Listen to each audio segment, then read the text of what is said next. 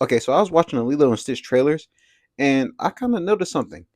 Everybody in this picture have a live action counterpart, except for one person, Gantu, who was the antagonist of the entire movie. And I mean the real antagonist. And then guess what? I looked it up. They confirmed he won't be in the live action. So who's the main villain? And they hinted towards the main antagonist either being Bubbles or Pleakley and Jabba. I mean Jumba. But y'all know what I mean. First off, Bubbles isn't the antagonist. He's Child Protective Service.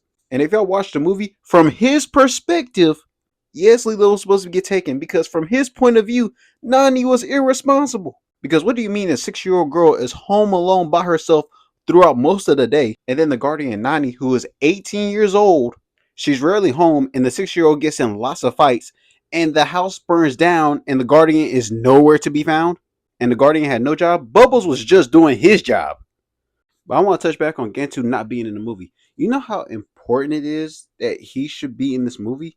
Unless they're going to rewrite Jumba and Pleakley all together. He is a very integral part of the movie. Because Jumba and Pleakley were the main ones that were pursuing Stitch, but they went the disguise avenue. Gantu, on the other hand, didn't care and was way more aggressive and was more of a serious threat. And because Gantu was more of a serious threat, when he captured Stitch and Lilo, it was a big deal. And him capturing Lilo was the main reason that Jumba and Pleakley even say, how about we switch sides and help these humans out? Because Stitch simply asked them. And mind you, Stitch was supposed to be destruction and chaos. But being on Earth and meeting a human like Lilo changed his ways. And he knew that getting her safe was his top priority, with the help of Jumba and Pleakley. And to rescue her from who again? Oh yeah, Gantu. There's too many iconic scenes with Stitch and Gantu that can't be forgotten. Okay, so hear me out. The only reason I went to go see this movie is because I do YouTube, and I'm pretty sure y'all want to hear my review. Because I want to hear if my guesses were right. And to be honest, I was kind of close, which is crazy. Okay, let me fill y'all in what happened. Y'all remember Myrtle, the bully from the original? And she's barely in this movie, and you wouldn't be able to recognize her if the fight scene didn't happen. Oh yeah, and when they're reading the Ugly Duckling book, yeah, they scrapped that completely. That's not in the movie. Literally, the whole point of Stitch feeling sympathy, aka the Ugly Duckling book, yeah, that's not in the movie. And what's crazy is the Jumba accent wasn't anybody else's fault other than Disney. That's because they thought it'd be offensive.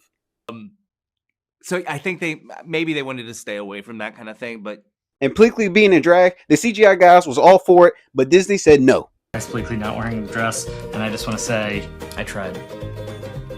Oh yeah. Duh, how can I forget? The part where Nani gives up Lilo to the government. She gives Lilo up to CPS.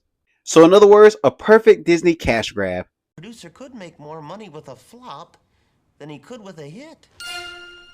Yes, it's quite possible. The reason I call the Lilo and Stitch live action movie a cash grab is simply because we all know for a fact the Stitch toys, plushies, everything in regards to marketing, in regards to Stitch, is going to sell. And the movie has, of course, it's going to have like cute moments in regards to Stitch because it's meant for kids to like turn off their brains and not really learn anything.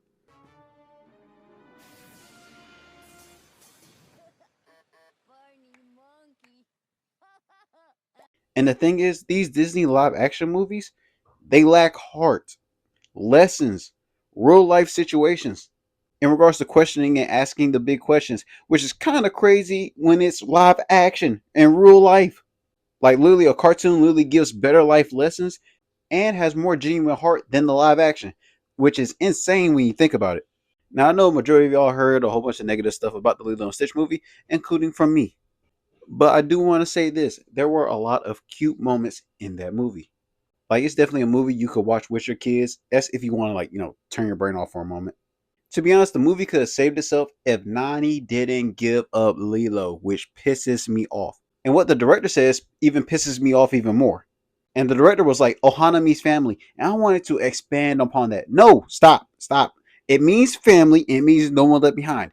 That's it.